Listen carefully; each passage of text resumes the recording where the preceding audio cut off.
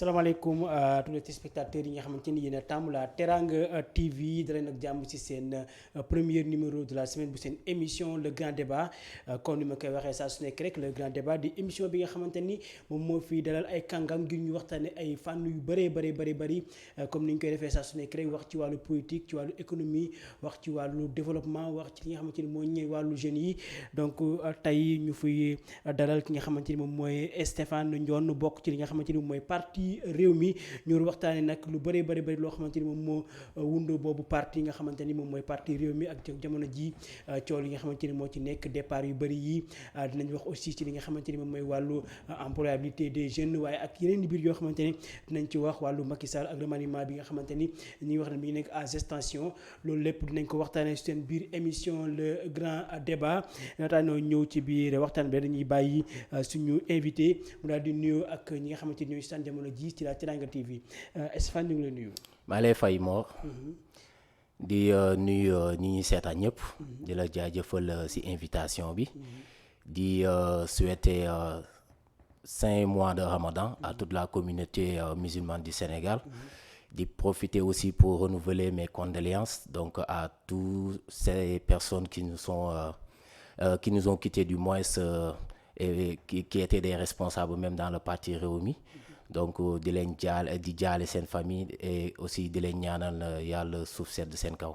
voilà donc comme ni ñu ko waxee rek ñu ngi ñaanal ñëpp jàmm ci koor gi nga xamante ni si la ñu dugg di ñaan yàlla def jàmm si Sénégal donc Stéphane bu ñu mënee defal benn bref présentation ci li nga xamante ni moom mooy sa profil kan mooy Stéphane Ndione ak ban taxawaay nga am ci biir parti réew mi. waaw Stéphane Ndione benn juriste la donc bu jàngee. Université Cheikh Anta Diop faculté de droit donc mën naa ne sa puis produit Cheikh Anta Diop la comme ñi ñu koy tàmm di ko waxee après bon moo jékki-jékki dugg ci politique mais sama dugg politique mun nañ ko comprendre par ne serait-ce que une certaine appartenance et une histoire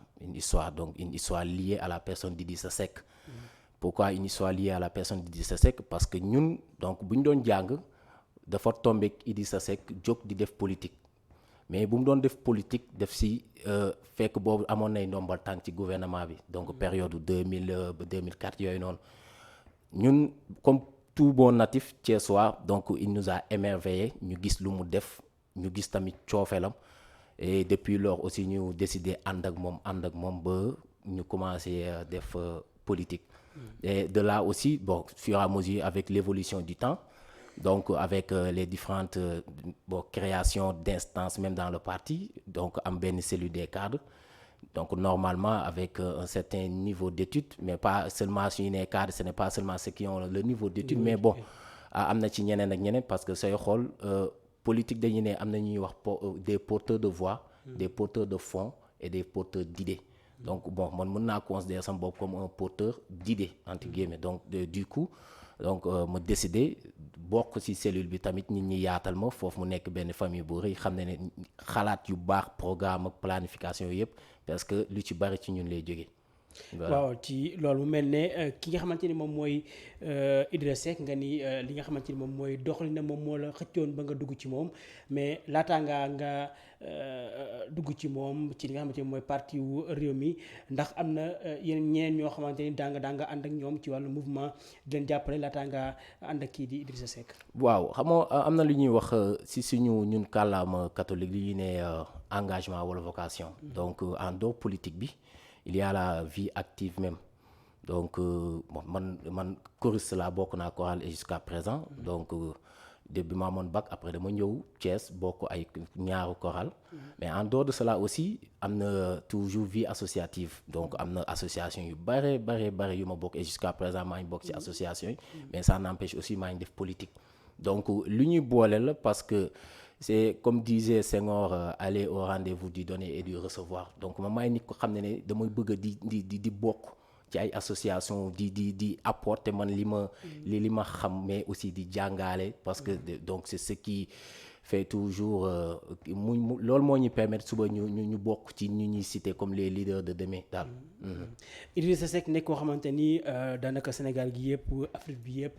kuñ may gët la. mu nekk koo xamante ni daanaka ku amoon doole la ci li nga xamante ni moom mooy politique bu Sénégal donc ci opposition bi mu nekkoon ba ñëpp doon wax sax moom mooy chef d'opposition ginnaaw ci loolu ñu gis ko mu daal di ànd ak ki nga xamante ni moom mooy chef de l'État donc yéen ñi nga xamante ni yéen a nekk ci biir parti réew mi donc ban gis-gis ngeen am ci koo xamante ni dafa nekkoon deuxième ci li nga xamante ni moom mooy élection yi nekkoon en tant que opposant ñëwaat ci ginnaaw ba nga xamante ni ki mu waxoon du ànd ak moom ñu jéeg-jéeg gis ko mu ànd ak moom donc yéen ñi nga xamante ni nekk ci parti réew mi ndax loolu nekk lu leen bett lu leen jaaxal ba loolu amee. non mënuñu bett parce que du guléet. lu tax ma ne du guléet élection 2012 yi moom ci ñu fal Macky Sall dëgg parce que base électorale bu mu yore Thiès. Thiès sooy xool presque soo jëlee Dakar Thiès Diourbel 58% la. donc après Dakar mun ñu négliger Thiès. te Thiès donc fiefu Idrissa Seck la donc su demee ba mu participer ci élection Macky Sall au second tour en 2012 mu gunge ko presque lu mat at donc kooku noonu laaju woon dara après peut-être que des divergences d'idées de position moom moo leen boole woon de programme de vision mu jës di retiré wu dellu ci opposition bu mu nekkoon avant 2012 parce que sooy xool dëgg période élection yi sax moom kese moom moo si opposant yëpp moom kese moom moo toogoon décidé bañ a battre campagne parce que dafa doon dénoncer donc force ñu troisième mandat wu kii bi Wade bi donc du coup bon mu ànd ak Macky Sall durant 1 an comme nu ma expliqué sànq doxul mu génn mais moom bu mu génnoon dafa yor posture opposant un temps pour s'opposer un temps pour observer l'action gouvernementale mais aussi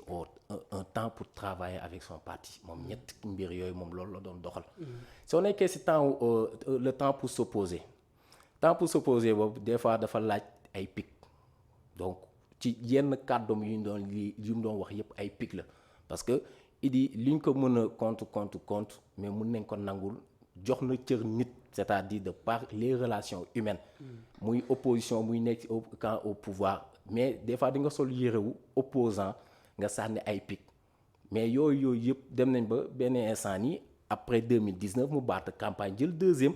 parce que dafa doon essayer parti politique soo ko créé da ngay dem pour jël pouvoir mais nekkoo fii toog nekk benn observateur ak yooyu donc dem nañ 2012 yàlla def na gagné wuñ yàlla moom mooy joxe nguur mu toog idi tamit il faut le préciser nekkul nit ki xam ne ni moom mooy solliciter ay rencontres yooyu noonu mais soo ko solliciter day ñëw bu mu ne c'est un homme consensuel bu mu nekkoon ci opposition bi lépp lu ñu wax daf ci d'accord après 2019 Macky mu ne ko kaa ñu liggéey mais yow di nga am xam-xam nga ne tu es un républicain tu es un libéral tu es un patriote lépp lu ñu mën a am sa dëkk nekk ci jafe-jafe wala sa dëkk soxla yow sa expertise est-ce que da ngay toog nga ne maa lànk parce que jubóowuma ak kii bii nii président bi non soo koy def sacrifice nata ñu bari di ñu comprendre mais dañ koy def pour Sénégal loolu moo tax mu bàyyi lépp mu ne dama koy def pour Sénégal am na ñu mu neex am na ñu mu neexul mais comme ni may waxee rek du guléet moo tax loolu am na ñu mu bett mais passé nañ à autre chose léegi Sénégal moo ñu ñor. dugguleet est-ce que da ngay bëgg a wax ni daf ko defoon bu njëkk parce que gisoon nañ temps Ablaye jigéen ko benn affaire après jékki-jékki woowaat ko mu ñëwaat mu dem ba sa Sénégal lañ naan Idrissa Seck est-ce que nekkul sax dañ koy manipuler à chaque fois muy dem di ñëwaat est-ce que loolu taxul Sénégalais yi bëri mujj ko weddi wala ñenn si yéen mujj ko weddi ba mujjee commencé quitter seen parti bi nga xam ne parti réew mi. non su ma nee dugguleet boobu waxee ma ko ci sens boobu. xam nga suñuy xool relation Abdoulaye Wade ak Idrissa Seck quoi que l'on puisse dire ñu fi ñëw ñii ñëpp Idi moom moo fal Wade Idi moom moo fi teg grande marche bleue bi à l'âge de 22 ans la doon directeur de cabinet kii ni ñu koy waxee sax moom moo jiite woon campagne politique du moins Wade ak lu xew yëpp su leeru Wade mais moom sax dafa mel ne benn actionnaire la woon ci parti démocratique sénégalais parce que ñëpp bu ñu dawoon moom moo fi desoon donc même si suñ ko tooñee moom dafa am benn projet bu amoon entre moom ak Wade ak PDS yëpp donc du coup dafa retourner pour jël li mu moom pas retourner pour des questions de deal et autres mais dafa retourner jël lu mu moom te gis nañ lu ci xew yëpp ak médiation yépp parce que retour bi tamit il faut le dire il y a une médiation religieuse te soo xoolee Idrissa Seck nga xam ne dafa respecter kilifa aada ak kilifa diine yi donc ku la ñaan da ngay bàyyi li nga jàppoon yëpp nga dem wuyu ko foofu laa ne donc du guléet c'est un homme consensuel mais au Sénégal su ñu nee consensus wala kuy dialogue rek automatiquement ñi ngi dealer la wala mu ngi am ay intérêt les privilégiés wala du noonu parce que yow soo jógee pour politique dëgg jógoo ko bon c'est pas ñëpp jógoo ko pour des intérêts personnels mais da nga jóg maanaam da nga am vision pour le Sénégal donc yow di nga toll ci yenn posture da ngay gis lii nii su ma bàyyee mu jàll ak man gëm-gëm bu ma am donc kon man mi lan mooy doon sama philosophie loolu moo tax Idy à chaque fois soo ko woowee dina la wuyu déglu la jox la position ci loolu mu mel ne mu jugee ci li nga xamante ni mooy opposant radical dem di liggéey ak Macky Sall loolu waral ñu bëri gis seen bopp ne dañ trahir wala dañoo trahir seen conviction politique waral ñu daal di génn parti réew mi départ yooyu nga xamante ne am na ci biir parti bi yow naka nga ko jàngatee. comme damay employé mot bi moom tey moo xam naa dinaa ne dugguleet parce que départ yi c'est depuis les Oumar Sarr les Oumar Gueye les Pape Diouf après docteur Abdourahmane Diouf Thierno Bocoum ñenn ñi ñoom récemment les Déthié Fall ak ni ñu koy waxee sax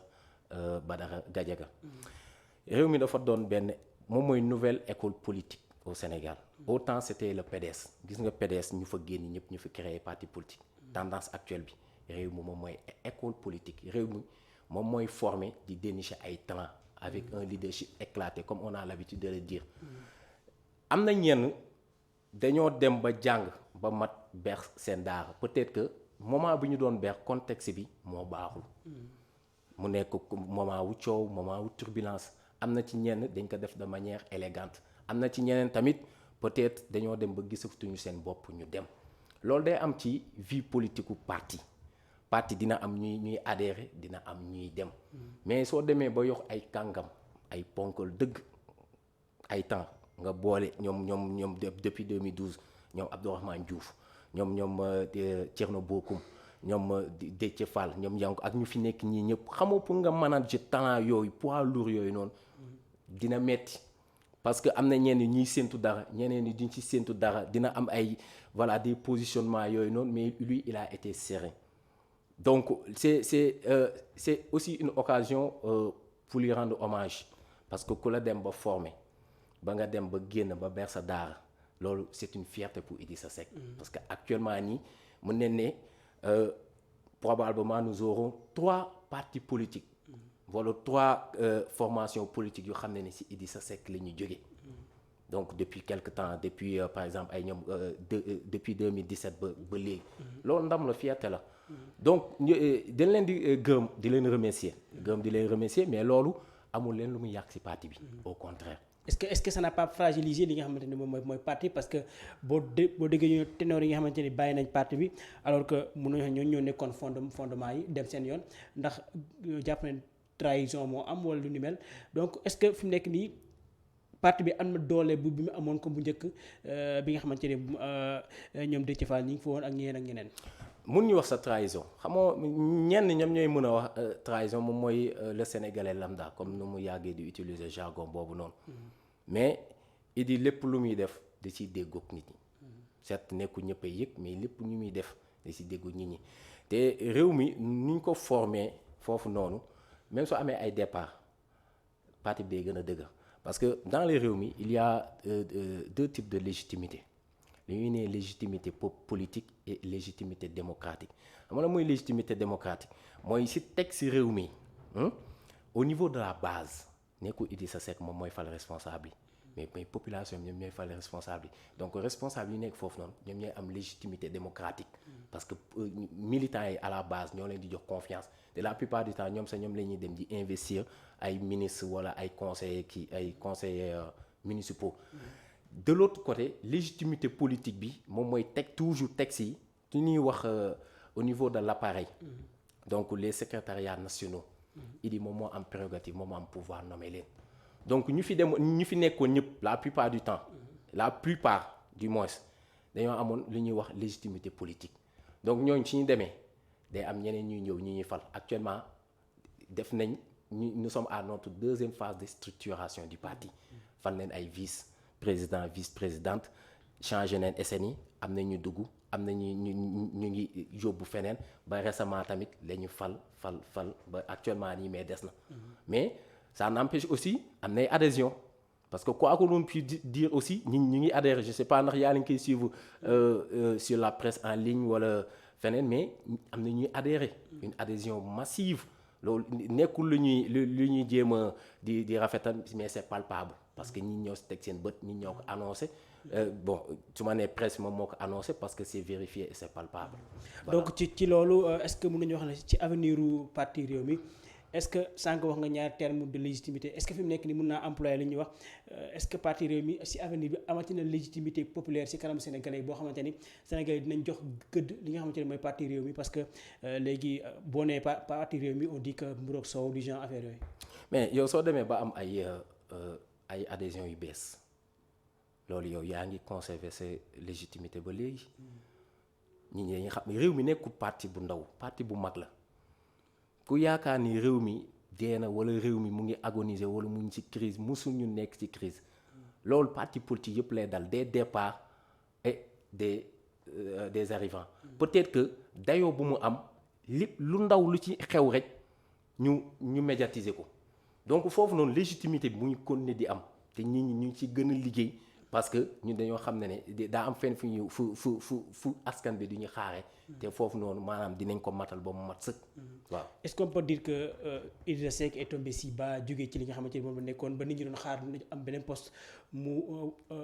wàcc fa nga xamante ni moom mooy CSE muy conseil économique social et environnemental. Non, il n'est pas tombé si bas. Il a décidé de servir le Sénégal. Il a décidé de diriger donc une institution donc qui va appuyer donc la gouvernance du pays. mais moom boo xoon ci ñu doon wax ne ay CSE ay HCCT dañ ko war a dindi ci réew mi. non mais moom dafa ne dindi mais dafa andi remplacement. maanaam moom waxul maanaam ñu de manière unilatérale ñu am benn CSE mais ñu am ay CSE régionaux di gën a jox parole bi ak experts yi askan bi ak membre société civile yi ñu gën a di mën di réfléchir di joxe ay avis. gis na Idrissa Seck lu mu def. dinañ ko fekk dinañ ko gis ci yeneen dëkk par exemple soo demee Angleterre ñoom régime parlementaire mais ku fa nekk kuy jiite ak chef de l'opposition bi dañuy gisante régulièrement di waxtaan régulièrement mu koy rendre compte xam nga pour lan la à tout moment élection mun na am à tout moment kooku di jiite chef de l'opposition mun na ko remplacer maanaam politique waaw am na majorité am na opposition mais opposition bi waxu daw débat bi. opposition bu warul daw dialogue bi opposition warul daw maanaam consultation bi nekkul naxe parce que ay magum jëmm lañ nekkul naxe mais sooy dem di wuyu parce que da nga bëgg sa réew sooy dem di wuyu da nga xam ne ni kii de di la tendre la main gis na yow am na fenn am nga ci xam-xam te foofu yaakaar nañ yéen soo leen liggéeyee di nga def pourtant Bougane wax na ko Bougane nee na man Macky Sall su ma woowee moo xam ne ni fii mën naa ko régler situation bi damay dem wuyu te kenn waxu ko dara kenn xas ko kenn saaga ko lu tax Idrissa Seck def ko après ñu ne waaw il a trahi le peuple il est tombé si bas. parce que moom moo nekkoon opposant mais temps yooyu noonu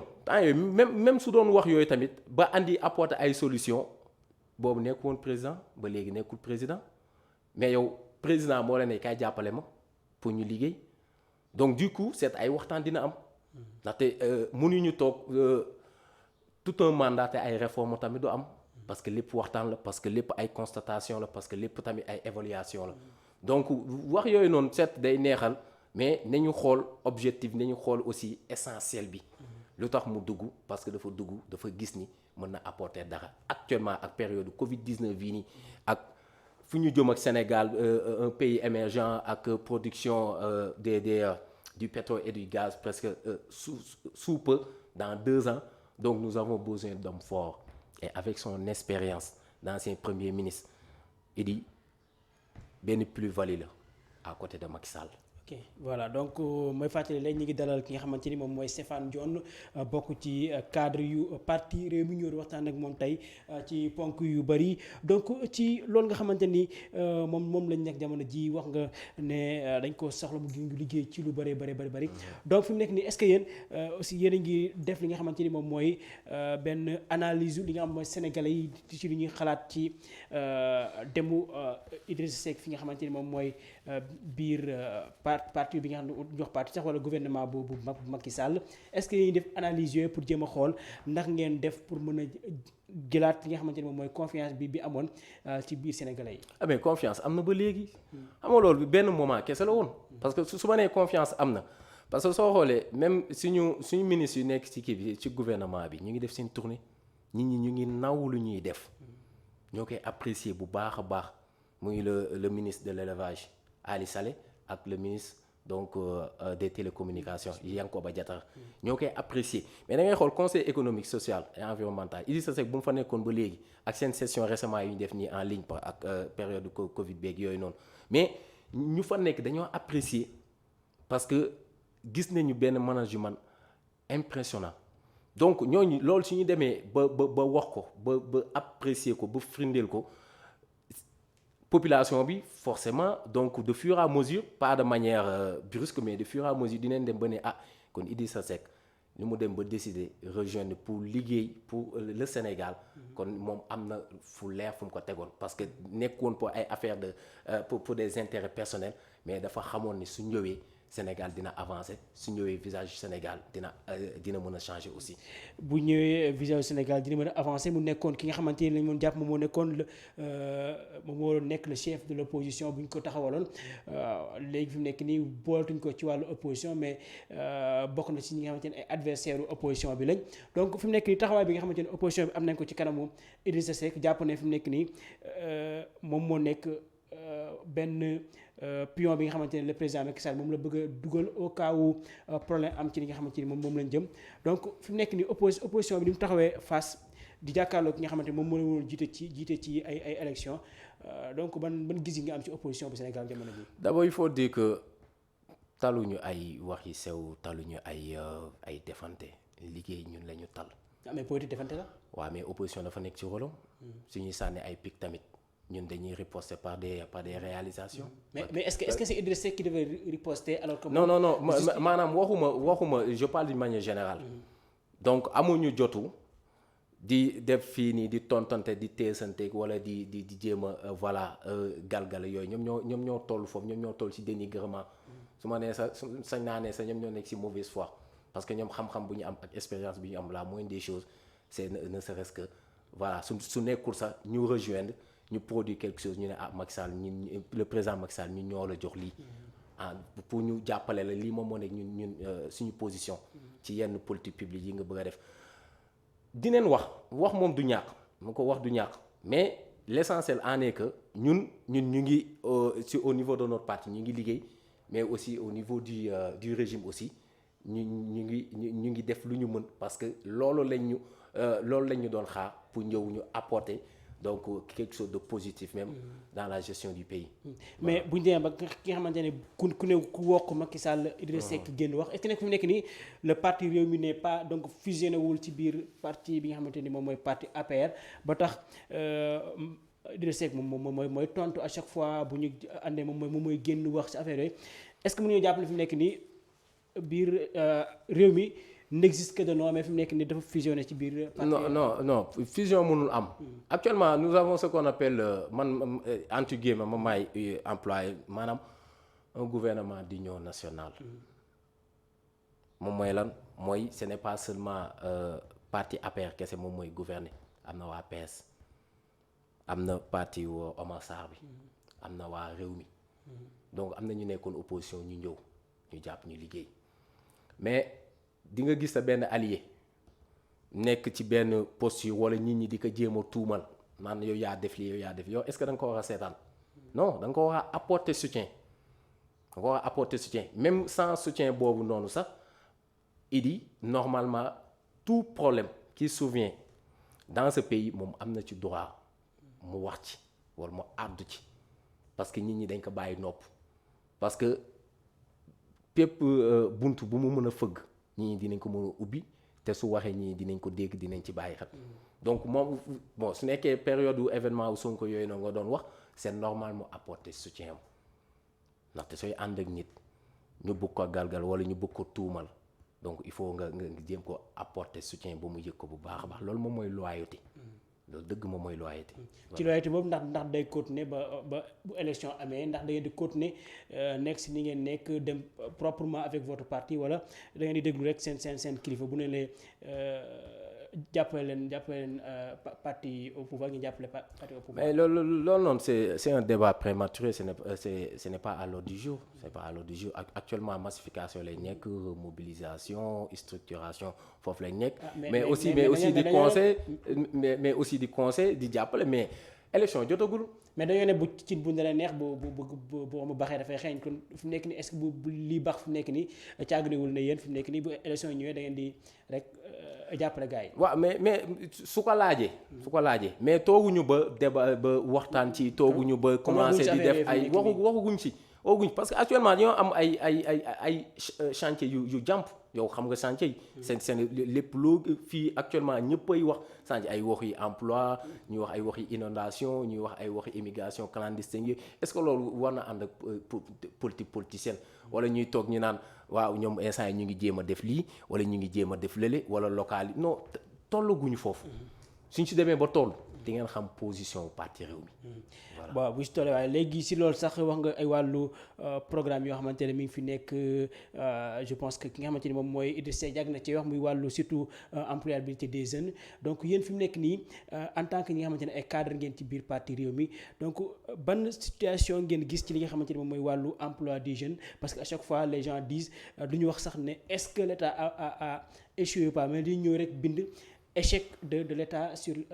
la politique de l'emploi des jeunes est-ce que loolu moom effectivement. waaw loolu moom yomb na déconstruire expression boobu échec de l'État parce que lépp loo fi gis ñu ne état la di nga gis nit ki ñu fii ko ci tali bi sax ñu ne état moom mooy responsable alors que loolu dañ ko war a bañ la responsabilité est partagée.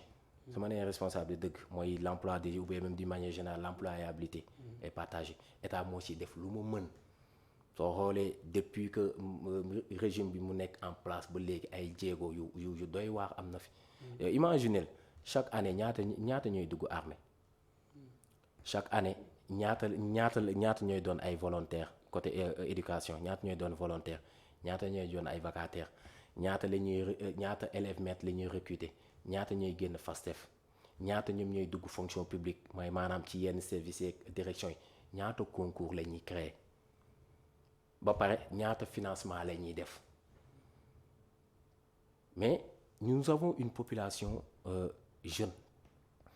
70% de la population a moins de 35 ans nous avons une population dynamique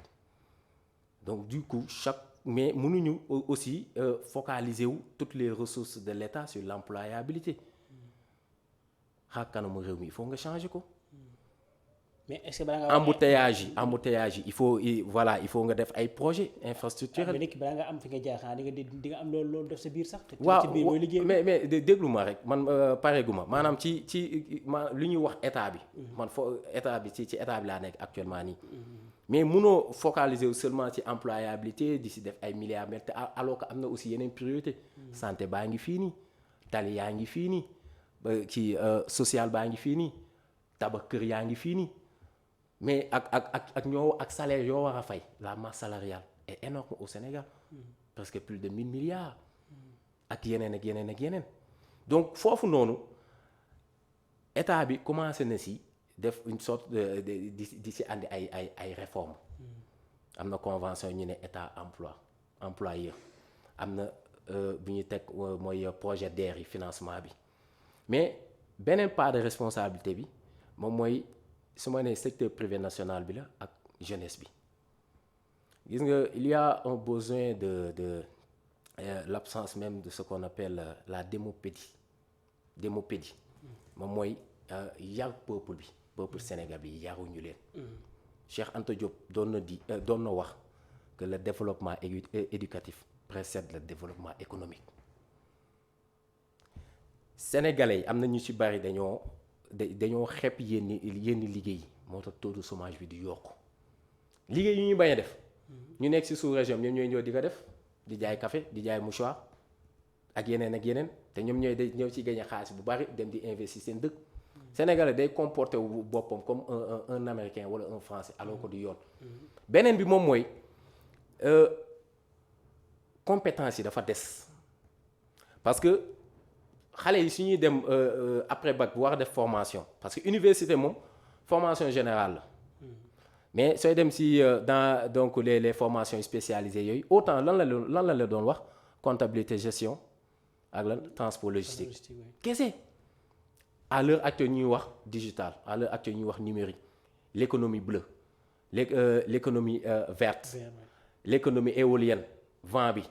l'économie solaire xam nga yooyu yëpp jar na maanaam même su jaree sa curricula bi formation bi ñu changé ko war nañ ko def te loolu sax moom moo gën a poussé tamit ay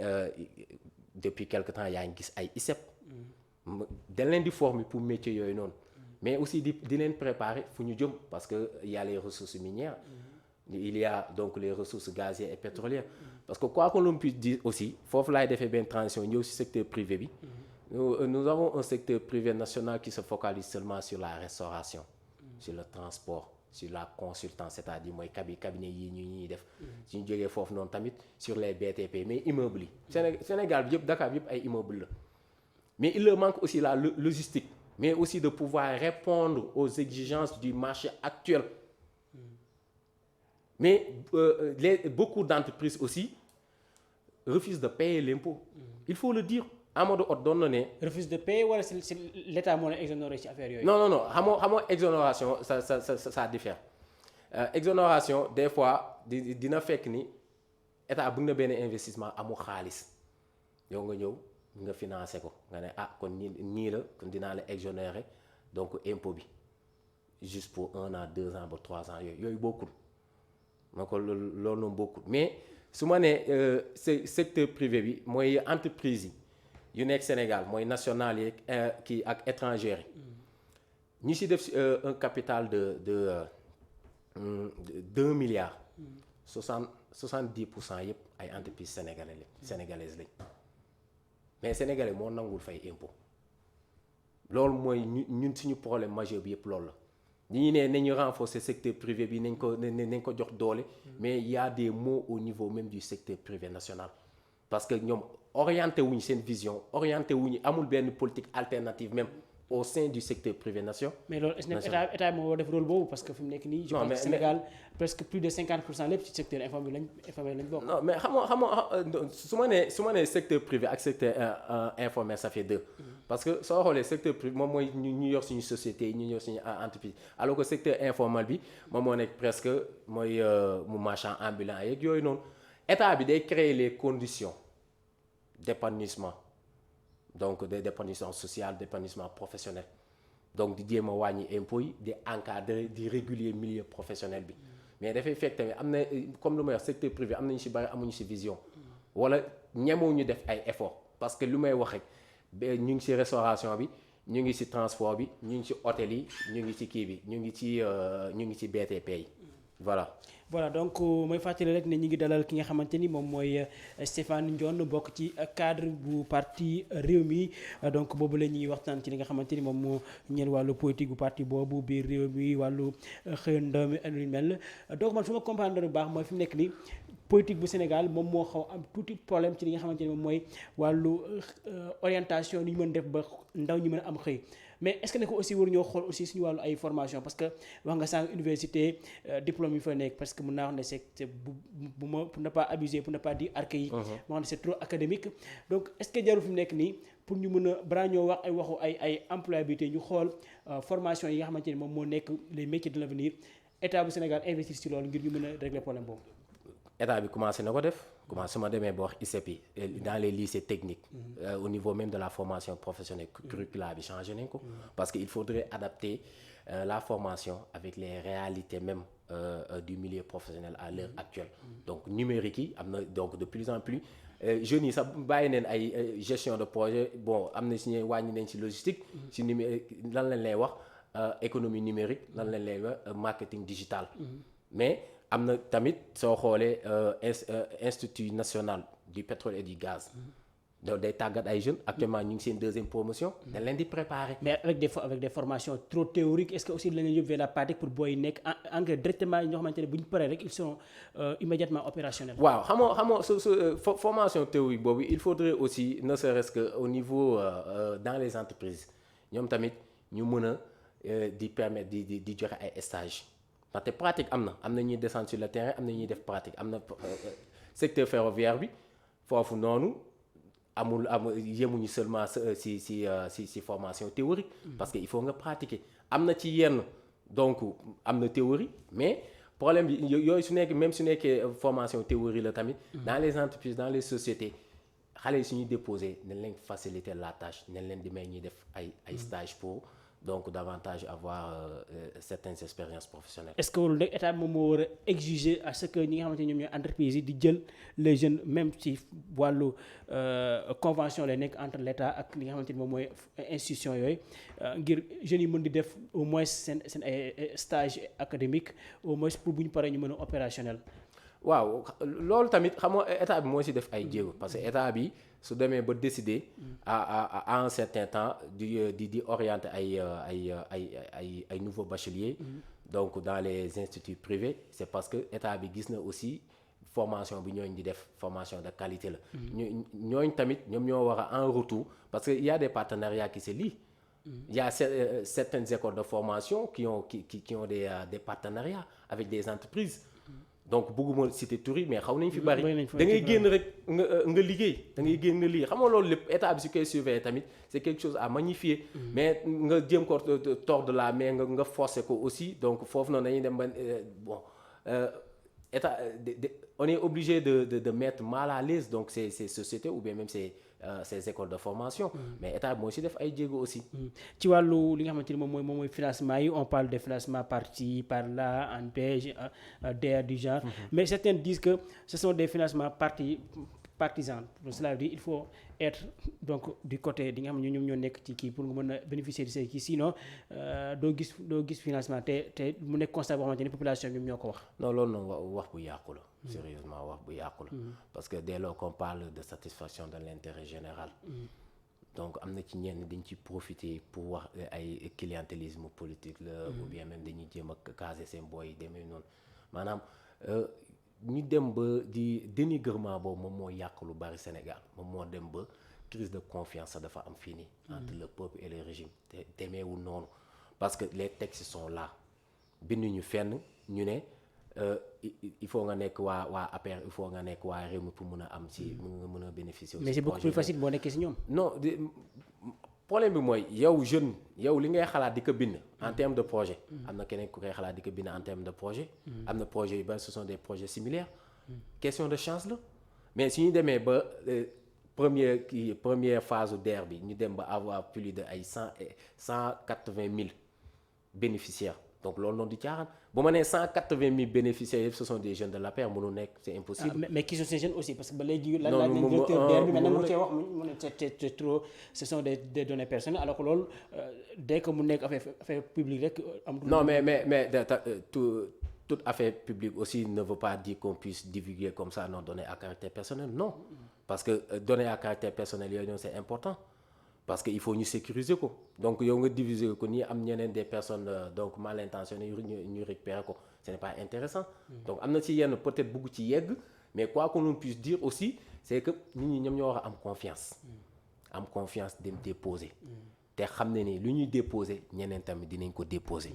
mais financement su demee ba am nga xam ne quelque chose c'est une réalité lu am la nekkul affaire de caaxaan. Voilà donc je pense que dañuy boucler li nga xamante ni moom mooy wàllu chapitre boobu affaire emploi bi bu fekkee amoon dara loo xamante ni moom nga ci yokk juste ci wàllu emploi des jeunes lan mooy problème bi exactement fi mu nekk nii fekkoon yooyu en tant que cadre boo xamante ne yaa ngi bi parti Rewmi ban solution nga yaakaar ne fi mu nekk nii daal bu ñu ko tegee dina régler affaire employabilité des jeunes même si c'est pas à 100% mais au moins ñu am benn proportion bu xaw a dëgër tuuti boo xamante ni dinañ gis ne lii bu ñu ko taxawalee ndaw ñi dinañ gis seen bopp. waaw mais xam nga foofu noonu tamit man damay répéter li ma waxoon sànq rek moom mooy cette nécessité de d'hémopédie mooy yaraat askan bi suñ leen yaree ba pare di yar boobu sax dina tax ay émigration clandestine yii nii du amati. Donc du coup ce qu'il faut aussi dire mooy li ñuy wax salaire minimum interprofessionnel garanti mooy au moins benn sénégalais war na am 58 000 francs salaire am. par mois. loolu noonu depuis 1996 lañ gëj a def réforme boobu noonu. En 2018 régime bi moom moo ko entreprendre ba dem ba progressivement parce que en 1986 30 000 francs la woon ñu andi ko ba 58 francs xam nga kon kooku mu ngi def social kooku mu ngi def jéego mu ngi def son maximum pour l'employabilité mais aussi des réformes parce que j'ai l'habitude de le dire, il faudrait sénégaliser ou bien même nationaliser le concept de brain drain mooy donner plus de moyens contenir du moins l'immigration économique. Di nga gis ku jóge Tambacounda ku jóge Matam ku jóge Diourbel ñoom ñëpp ñu ñëw Dakar pourquoi pas ne pas les contenir soo leen contenir après nga déployer des moyens pour l'immigration clandestine ñu bëgg a dem béy nga jàppale leen ñu dem béy. Donc de part et d'autre ñaar immigration migration économique ak migration donc agricole bi diñ ci def ay moyens diñ ci def financement ba concentration du amati fii nii Dakar mais aussi nous avons des projets am nañ Prodac am nañ PUDC am nañ Puma yooyu noonu ñu gën ko accentuer donc au niveau du monde rural dans la périphérie de telle sorte que jeune bu décidé woon ñëw Dakar wala ñëw ci capitale bi mën a toog foofu bénéficier wu parce que dina am l'amélioration des conditions de vie et dina leen faciliter leur épanouissement même donc professionnel. su ñu jógee foofu tamit au niveau des collectivités locales renforcer la diplomatie locale avec des coopérations décentralisées ñu nekk ci diaspora dañ leen war a inclure surtout ci projet de développement bi dañ leen war a inclure jox leen ay suuf ñu investir mais wax leen tamit nous avons besoin de partenaires donc diplomatie locale boobu noonu il faut ñu gën ko saxal il faut nit ñi gën ko comprendre ba dans les 9 domaines de compétences ñu mën ci sentir donc ce qu'on appelle la territorialisation même des politiques publiques. Voilà donc mu nekk lu leer nañ je pense que ñi nga xamante ni ñoom ñoo nekk biir parti réew mi même fekkee sax monsieur Idrissa Seck seetaan na émission bi je pense que dina ko jàllale ki nga xamante ni moom mooy le président de la République Macky Sall au moins mu jël si ay matuwaay au moins sax ñu jël ay jeunes yu mel ne yéen sax teg leen wax leen jox seen xalaat ci li nga xamante ni moom mooy wàllu employabilité des jeunes mais pour terminer je pense qu'il ne reste que quelques minutes je pense que c'est 7 minutes ñu wax ci wàllu potentiel ak li ñu xam moom mooy remaniement en vue am ñuy wax na fi mu nekk nii ki nga xamante ni moom mooy Macky Sall mi ñu waajal remaniement parce que lu fi amoon ci ay manifestations ñu gis ne dañoo am ay ministres yoo xamante ni dañoo lajj ci mbir yi am ñoo xam ne dañoo laale ci affaire yooyu donc ñu bëri di xaar ne remaniement am ñuy wax ne fi mu nekk nii sax yaa ci bu ñu amee ci lu xaw a kii tuuti Idriss Seck dina bokk ci li nga xamante ni mooy gouvernement boobu en tant que chef xawma la ndax ni nga xam chef du gouvernement lañ ko bëgg a def genre premier ministre boo xamante ne dañ ko bëgg a andiwaat am ñuy waxaat beneen biir mais yow fu nekk nii est-ce que l'heure est au temps ñu andi li nga xamante ni mooy ay remaniement ay changement alors que année bi li Macky Sall def ay remaniement bëri na trop. Tout dépend de la volonté du président de la République s'il juge nécessaire de faire un remaniement. mën na ko def. mais fi mu nekk nii ak faay yi am ci secteur yu bëri lu ci mel ne wàllu pêche bi lu mel ne yenn wàll yi est-ce que fi mu nekk nii yow. en tant que non faay amul de. ah mais faay amul. pêcheurs ñi maanaam non am na ci ñenn su leen arrangé wu ñuy yuux mu am clameur public ñu ne am na fay. loo tax continuer wu ñu yuuxu. am na ci yenn pêcheurs ñoom ñooy responsabilité bi ñoom ñoo koy porter à chaque fois am na ñeen di ñu sol seen gilet. am na ñeen seen GPS yi di ñu ko bëgg a takk ci seen kii ci seen bateau yi am na ci ñenn c'est une sorte d'inconscience parce que ils se disent que miin nañ géej bi wala yooyu noonu donc am na secteur yu bari amul fay. maintenant ci vie wu état mënuñu toog benn mandat des fois remaniement du am parce que di nga gis côté bii nii des na nit ki des na parce que sooy xool dëgg budget suñu dem ba di ko élaborer projet bi suñu dem ba di ko élaborer ak ay politique ay programme yooyu ñëpp parce que même kooku su fi jógee kii nii di ñëw il sera à mesure mu def ko parce que moom mooy vision politique générale du président de la République kañ moo amoon entrisme du moins du parti Rewmi du novembre la Yankhoba Dougou bu mu doon fekk préparé nañ projet de budget de son ministère moom dafa ñëw présenter à l'Assemblée nationale est-ce que moom moo ko projet moom moo ko kii moom moo ko élaboré wu ko est-ce que moom moo ko chiffré wu ko mais actuellement moo koy exécuté avec brio donc ce n'est pas nit moo lajji wala kii la mais des fois dañuy juger avec le contexte actuel ak programme yi ak fu dëkk bi toll des fois ci yenn secteurs yi ñu ne ñu jéem a changer kii ñu teg kële na le mais est-ce que fi mu nekk ni ci gouvernement bi ñu ngi jëmmal li nga xamante ne mooy le concept l'homme à la place qu'il faut. si parce que soo xoolee ñoom Alioune Ndoye ñu nekk ci pêche bi depuis quelque temps ñoom ñu ngi foofu collectivité Omar Gueye depuis quelque temps ñu ngi foofu soo xoolee peut-être que des fois la justice bi di xaw a kii tuuti di xaw a am ay changements ak intérieur muy am ay changements yooyu noonu mais ñun suñu ministre yu nekk ci parti bi yàgguñu dugg mais ñu ngi def ay jéego yu mat sëkk Ali Saleh depuis quelque temps parce que soo élevage moom du question de bureau question de sur le terrain la te bu mu fal woon bi ñu ko kii woon ba léegi bi ñu ko nommé woon du moins ba léegi mu ngi sur le terrain pour s'enquérir de la réalité même des éleveurs donc des hommes à la place qu'il faut am na loolu moom ndaxte ay résultats ñu ngi fii parce que chaque mercredi dinañ def benn bilan lu ñu jot a liggéey ci dëkk bi donc remaniement su demee ba mu war a jot rek c'est parce que dañoo bëgg a changer quelques personnes pas pour les sanctionner mais aussi des fois ce sont les besoins actuels même donc de la réalité pas politique mais de la réalité socio-économique ñoom ñoo ko laaj moo tax ñuy def ay remaniement vu li nga xamante ni moom mooy jafe-jafe yi am ci dëkk bi ak xale yi ñoom li ñuy sàkk mooy ñu jëlee fi ki nga xamante ni moom mooy ki nekk ministre de la jeunesse parce que gis nañ ne nee nañ il est très absent ci nga xamante ni moom mooy scène bi gis ñu ko jàppalewul seen yi donc yow est-ce que yaa ngi partagé aussi idée wu ndaw ñooñu ñu wax ne kooku ñu wax moom mooy seen ministre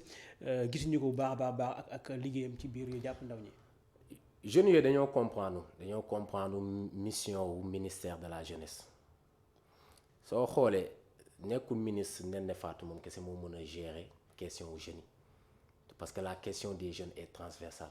ministère yu bari la. est-ce que jarul ñu tas ko fi mu nekk nii kon muy nekk ministère de la jeunesse mais ñu tas ko andi yeneen ministères yu nekk ci biir. non mais moom mën nañ ko maintenir parce que il y a des programmes propres même du ministère de la jeunesse mais moo waruñu focaliser seulement sur la personne de Néné Fatou parce que moom kese du dem.